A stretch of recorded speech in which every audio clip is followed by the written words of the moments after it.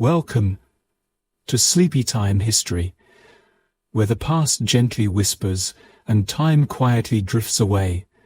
Close your eyes, breathe slowly, and let yourself be carried away to a time long ago, to a land of wisdom, empires, and silent marble corridors.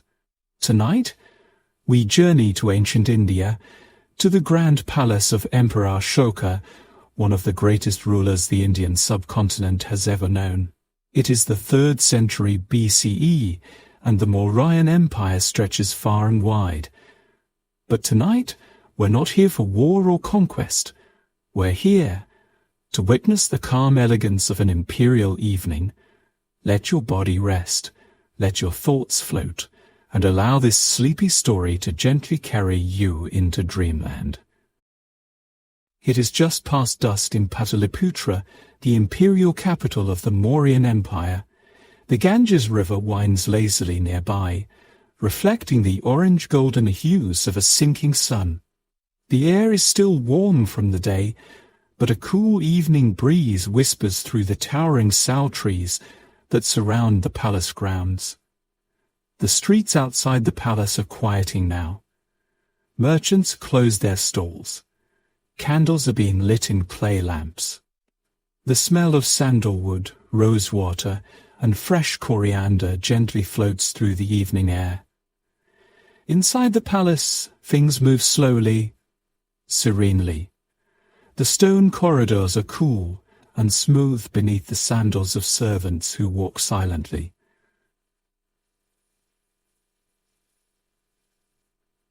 Heads bowed in respect. Gold-leafed lanterns hang from carved beams, their warm light flickering on polished walls of granite and teak. You are a scribe, a trusted observer.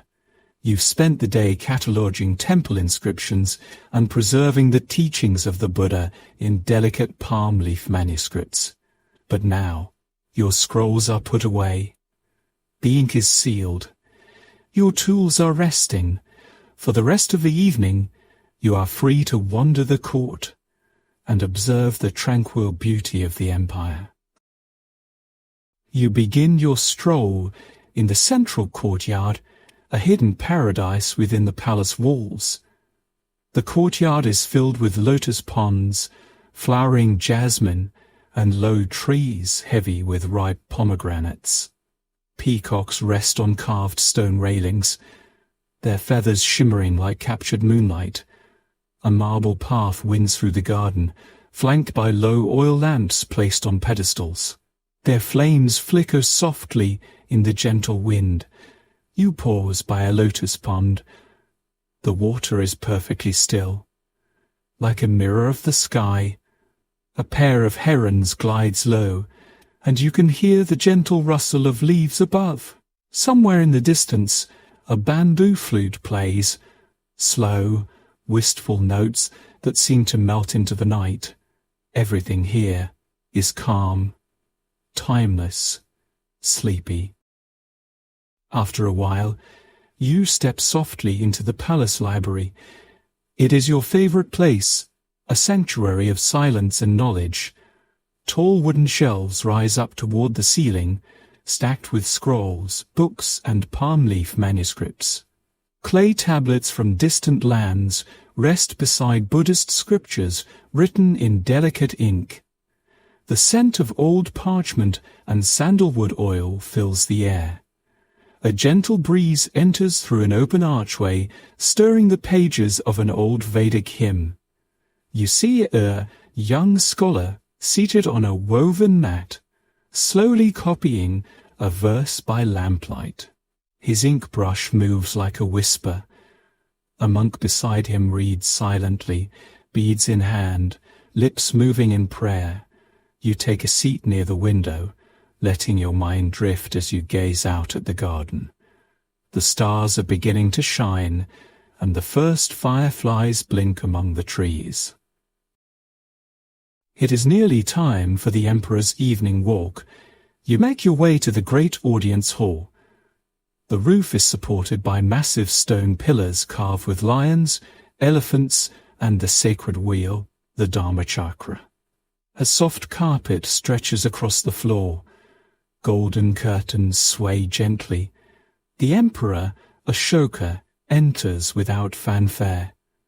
He is dressed not in robes of gold, but in simple white linen, a reminder of his Buddhist path. His eyes are calm, wise and thoughtful. He walks slowly, hands clasped behind his back. Courtiers and monks stand respectfully to the side. Ashoka pauses before a carved pillar, running his hand across its inscription, one of his famous edicts, etched in stone for generations to learn. There is no sound here but the wind and the soft voice of a monk reciting a verse of compassion. Happiness comes not from the taking of lives, but from the giving of peace. Later that night, you find yourself on the highest terrace of the palace. The sky is dark now, full of stars. The moon hangs low and bright, casting soft silver light over the rooftops. From here, the city looks like a sea of soft, glowing lanterns. You hear the temple bells in the distance.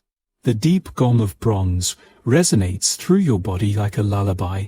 You sit by a low wall, the stone cool against your palm. A servant brings a warm drink, sweetened almond milk with saffron.